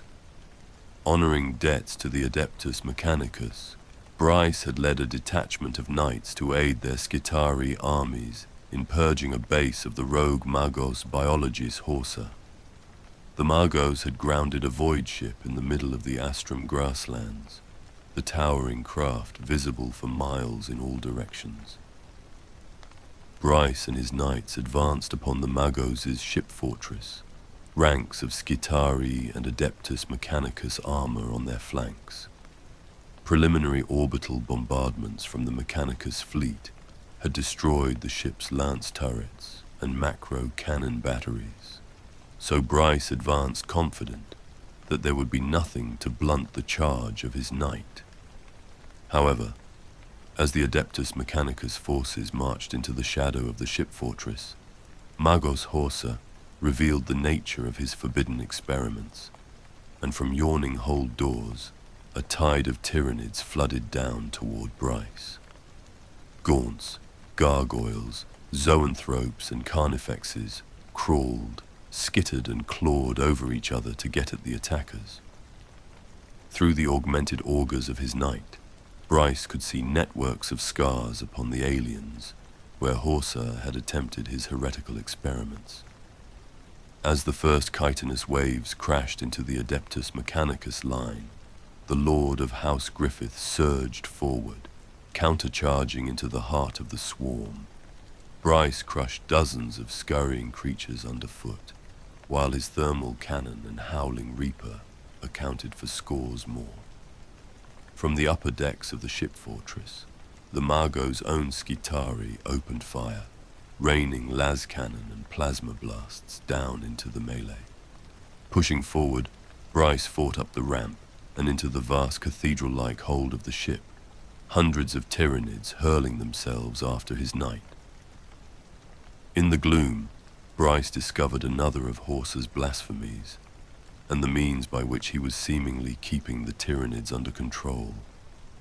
In a towering iron-glass stasis casket, a hive tyrant hung suspended in time. Even as he approached, Horsa must have been observing him and released the beast. Bryce knew he could easily best such a creature, but he had another idea. Aiming his cannon, he blasted apart the bulkhead leading to the upper deck. As if sensing the night was not its true tormentor, the hive tyrant charged through the torn wall and deeper into the vessel. As the noble fought on against the horde, crushing gaunts and tearing apart tyrannid warriors, the screams of the Magos across the Vox told him that justice had found the heretic at last.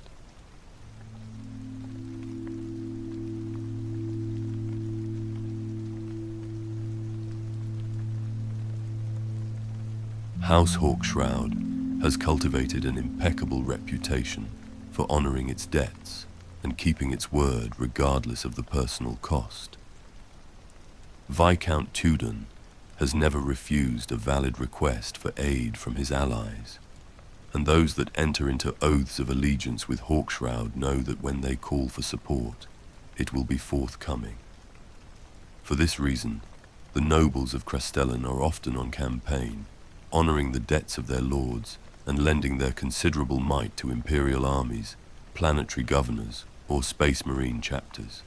So it has been for hundreds of years, and so it will remain as long as the yellow banners of Hawkshroud fly above the Viscount's grey granite tower, the honour of the house bought and paid for with the blood of its nobles.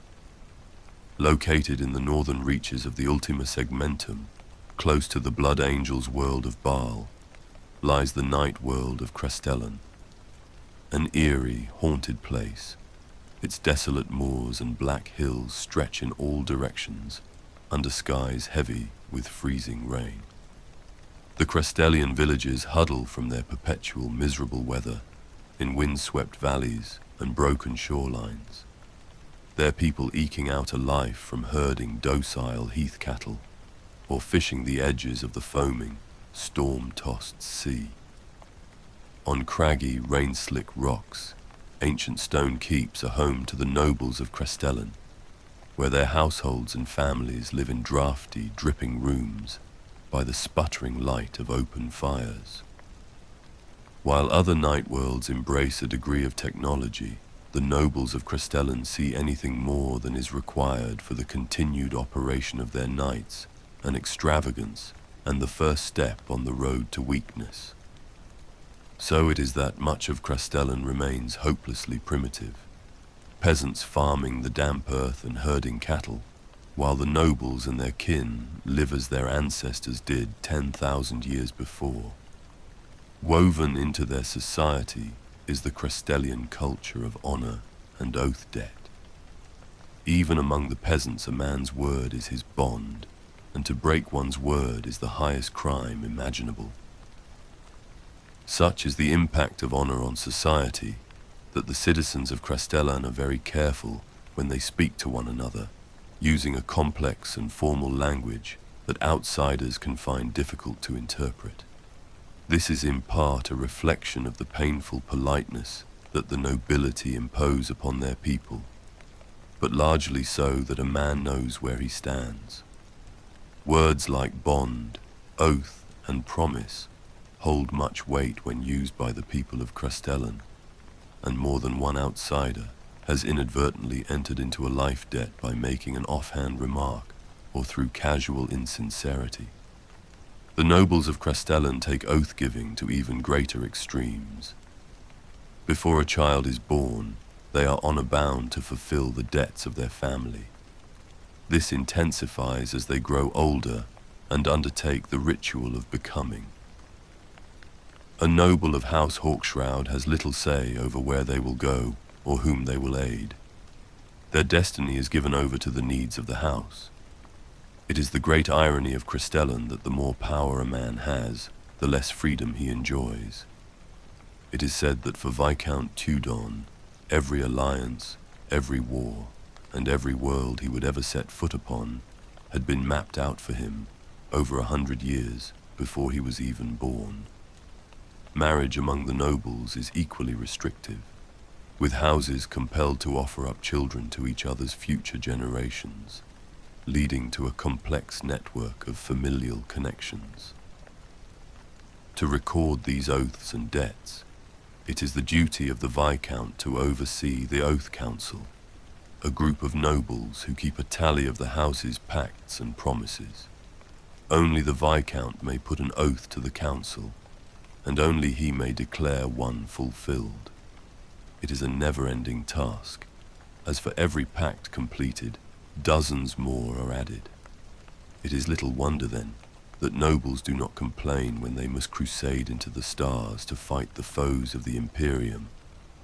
It is far better to be tearing apart enemy war machines or pulverizing infantry with battle cannon rounds than to oversee the union of their offspring or quibble with other households over ancient promises that have no bearing on their lives.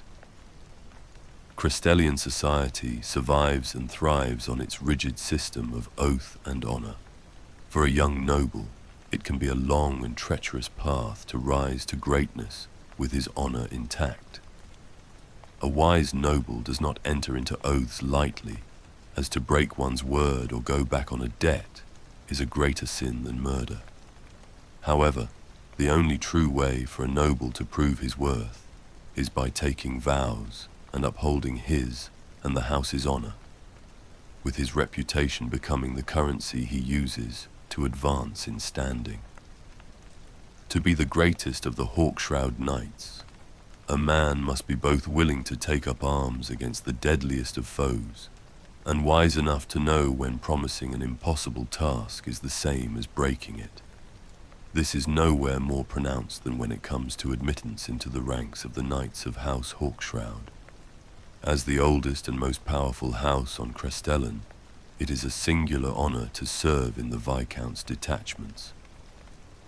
Once a noble is accepted, he is permitted to bear the Viscount's winged coat of arms and take the oaths of binding.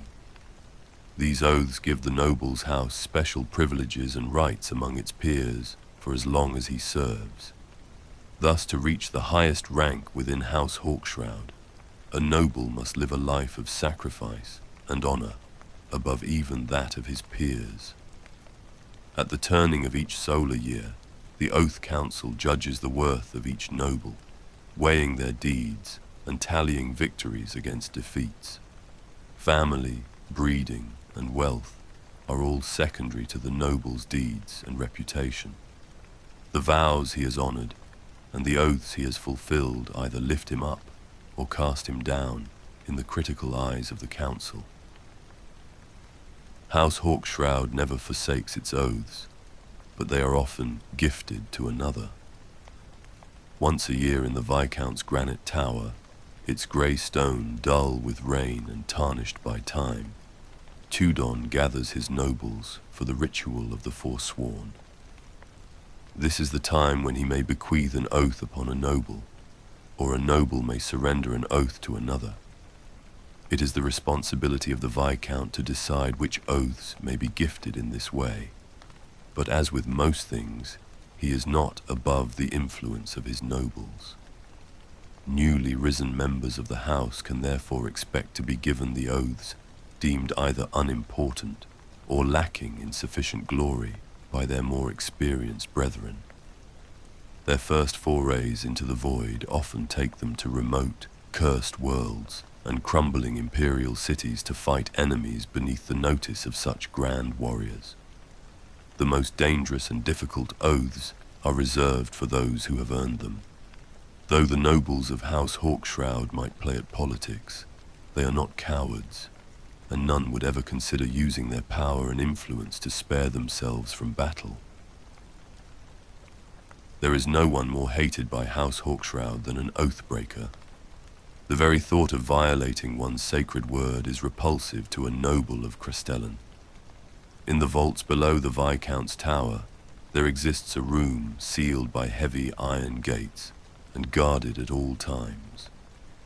Within its gloomy interior, a man known only as the Keeper sleeps, his pallid white skin a testament to a life lived far from the light of the sun. The Keeper has spent almost every day of his life in the chamber, brought there by the current Viscount as a boy to serve a very special purpose. Very occasionally, perhaps no more than once or twice in a lifetime, the heavy iron gate will creak open and the Viscount himself will enter. He will then tell the man a name, no other conversation passing between the two, before the Viscount takes his leave. Armed with the name, the Keeper carves it into the walls of the chamber to take its place beside only a handful of others. These are the names of House Hawkshroud knights who have broken their oaths, and the secret of their identity will die with the old man and the Viscount. So shameful are the oath breakers to House Hawkshroud that only when a new Viscount is elected does he learn of the chamber. With his dying breath, the Viscount's predecessor tells him that he must choose a keeper to record the names of the oath breakers and pass the secret on when he, in turn, is succeeded. Noble oath breakers of House Hawkshroud do not fall under the same laws as common men, and are seldom executed for this heinous crime. Rather, they are stripped of their ties to house and family, and are forced to become free blades, never to return to their world. Some choose this path willingly, as punishment for failure to honor their oaths, though many do not, a noble's name being as much a part of them as their blood. Either way, they are never spoken of, and their true names are destined to be forgotten. Forgotten, that is, save by the Viscount, and a man who will grow old in a cold stone room. Even by the high standards of House Hawkshroud, Kelmort has a reputation for honor and honesty. The noble's adherence to the truth has made him very unpopular with his fellows, who find his manner off-putting in a society built upon carefully worded courtesy and long-winded civility. Even worse is the effect the noble has sometimes had on the allies of House Hawkshroud. During the long retreat across the hydrogen glaciers of Frosham 12, Kelmort refused to allow the Frosham PDF regiments to defend House Hawkshroud's flank. The noble told General Horban that his men were cowards, who had on no fewer than 5 occasions fallen back before the Orc invaders and could not be trusted to delay them. Horban flew into a rage, demanding the knights take no further part in the fighting, and that his army could handle themselves.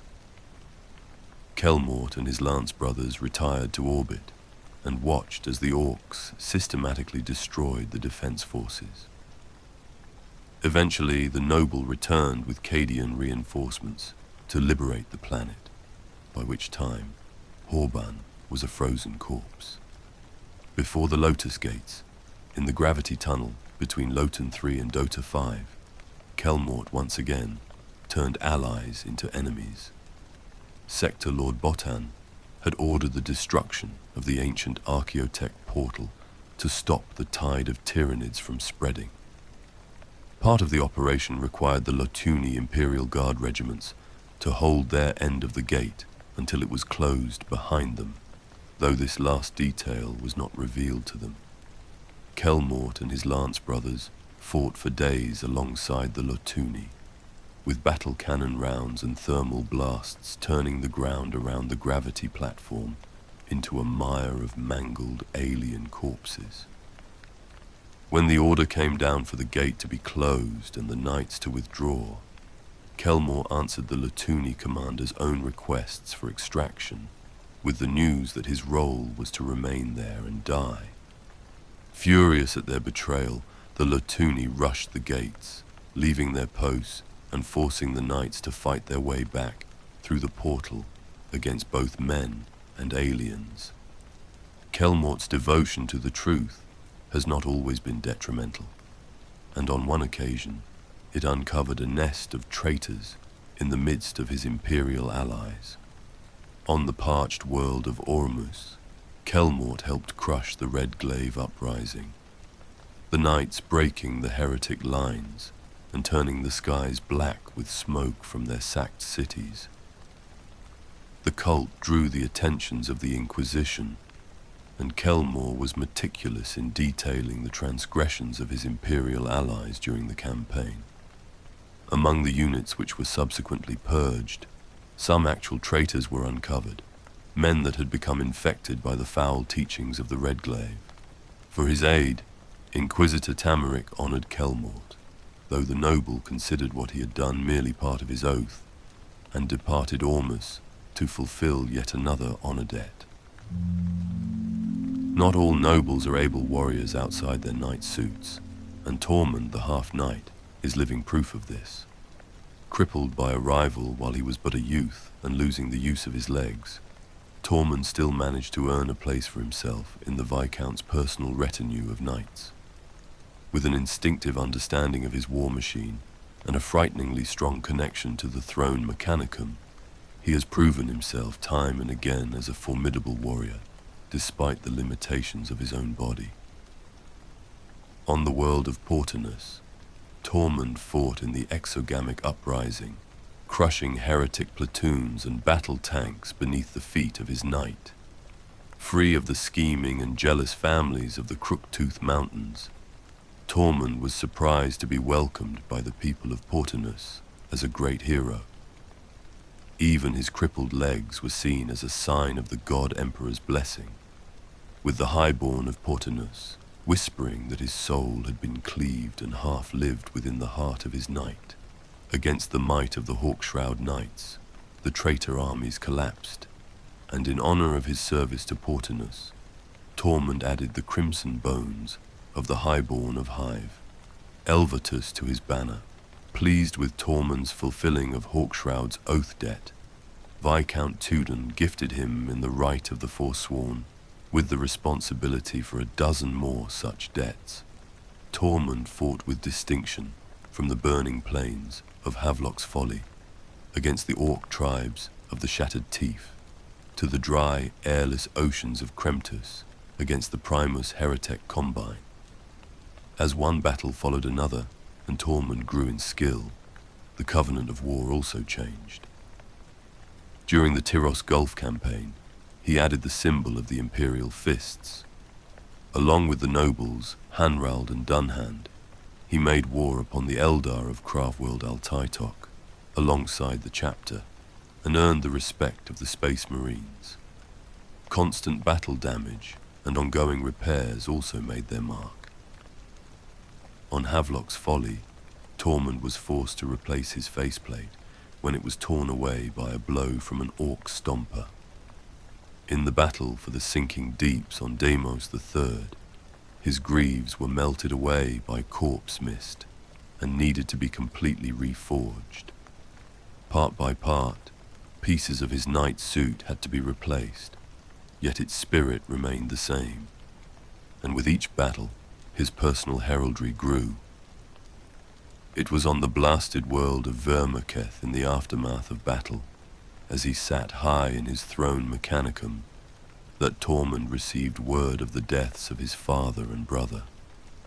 A bilefly plague had swept through Ayr Castle, stronger than anything seen before, killing his entire family. Horan Fane, now lord of the Fane family, after the untimely death of his father, took stewardship of the Ayr estates in his absence.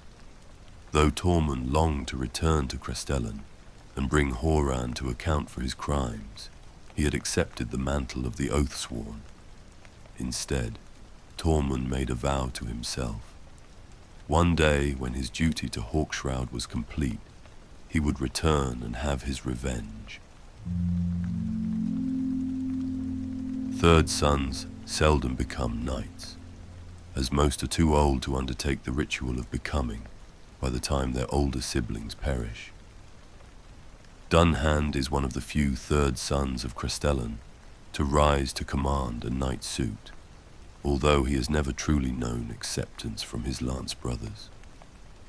Despite his ability with blade and cannon, as well as his unflagging bravery in dozens of battles, he bears the stigma of being a third son and not becoming a knight pilot in the traditional manner. Years of this treatment has made Dunhand bitter toward his peers, and what began as an attempt to prove his worth in battle has turned into the venting of his seething anger upon the foe. Dunhand is a brooding, joyless man who lives with the knowledge that his dead brothers have long ago stolen his glory.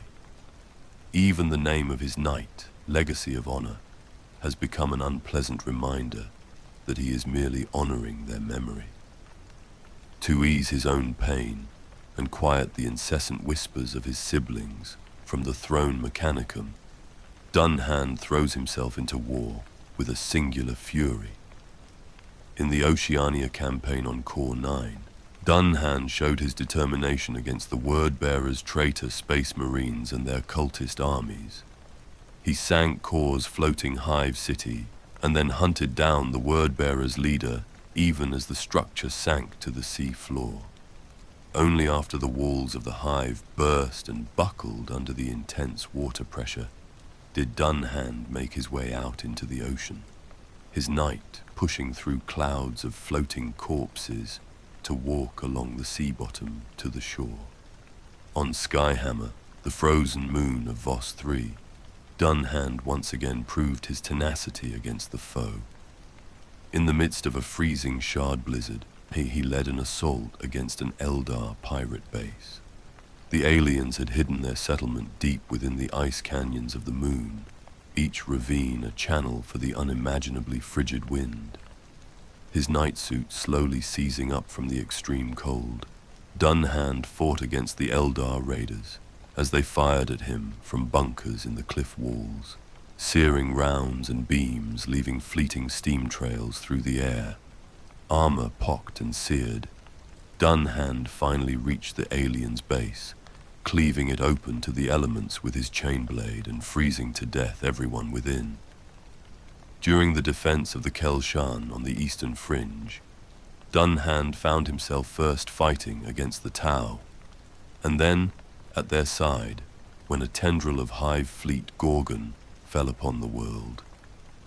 Days of brutal close-quarters combat left legacy of honor covered in rents and scars, with dried alien blood spattered across its heraldry. After years of struggling to find a place within his own household, Dunhand found the philosophies of the Tau and the greater good strangely appealing. He was the only noble to meet with the aliens' emissaries, though he never disclosed what was discussed. This fraternization with the Tau only widened the gulf between Dunhand and his fellow nobles. However, whether their concerns are justified remains to be seen. Marriage between the noblemen and women of a night world is a complex affair, bound up in ritual and ceremony. Before he was born, Hanrold was betrothed, the pairing carefully considered for the alliances it would bring, and the quality of the progeny it might produce. For years he trained in the martial disciplines of his house, until he was fit to undertake the becoming. Only once the sacred ritual was complete would he be considered worthy to meet his future wife, Miram. Unfortunately for Hanrold, he was called to war only days after earning his place on the throne Mechanicum. Though he had not met her, Hanrold vowed to honor his betrothal to Miram and return for her. For years Hanrold was absent from Castellan, scouring the Praetorus Nebula of Eldar corsairs and earning a bloody reputation among the Imperium's crusading forces there. Unknown to Hanrold, while he brought fire and death to the enemies of the Emperor, Miram had died, struck down by a wasting fever, never having known her betrothed. By the time the noble returned to Castellan, a veteran of the Praetorus Crusade, Miram had been years in the ground. Overwhelmed by anguish and renewing his vow to his dead betrothed, he set off back into the void to vent his rage upon the enemies of mankind. For decades, Hanrold has fought in wars across the length and breadth of the Ultima Segmentum, becoming a pitiless and bitter old man. Other Hawkshroud nobles often find Hanrold's presence to be an ominous sign in a battle, the sense that he bears some manner of curse having grown from rumor to full-blown superstition over the years. Many nobles also find Hanrold's methods disturbing and skirting the edges of honorable conduct for one of their kind. Hanrold has been known to wound foes so he might take his time killing them, infamously spending an hour carving apart an orc squiggoth during the Battle of Scrap Falls, until the beast's piteous roars made even his allies turn away in disgust. Again, at the Battle of Dunwall Deepwater, Hanrold sealed the separatist ironclads before sinking them, leaving the crews to drown as they struggled to escape their watery tombs. Rumor has it that Hanrold has forsaken everything but his vow to Miram, including his honor. In recent years, his behavior has become more erratic, to the point that Viscount Tudun has forbidden him from returning to Castellan until he can fulfill an oath debt to House Hawkshroud. Secretly, Tudun would like Hanrold to take the mantle of a Freeblade, or forsake his ties to Hawkshroud, but Hanrold remains at least partly devoted to his house, perhaps out of some lingering respect for Miram's family. Whatever the case, Hanrold continues to fight with a ferocity and anger born of years of living with the injustice of Miram's death. His allies, be they Imperial Guard commanders or Space Marine captains, know little of the man who pilots the great war machine that fights at their side, seeing only the howling thermal cannon of one of the Imperium's greatest warriors.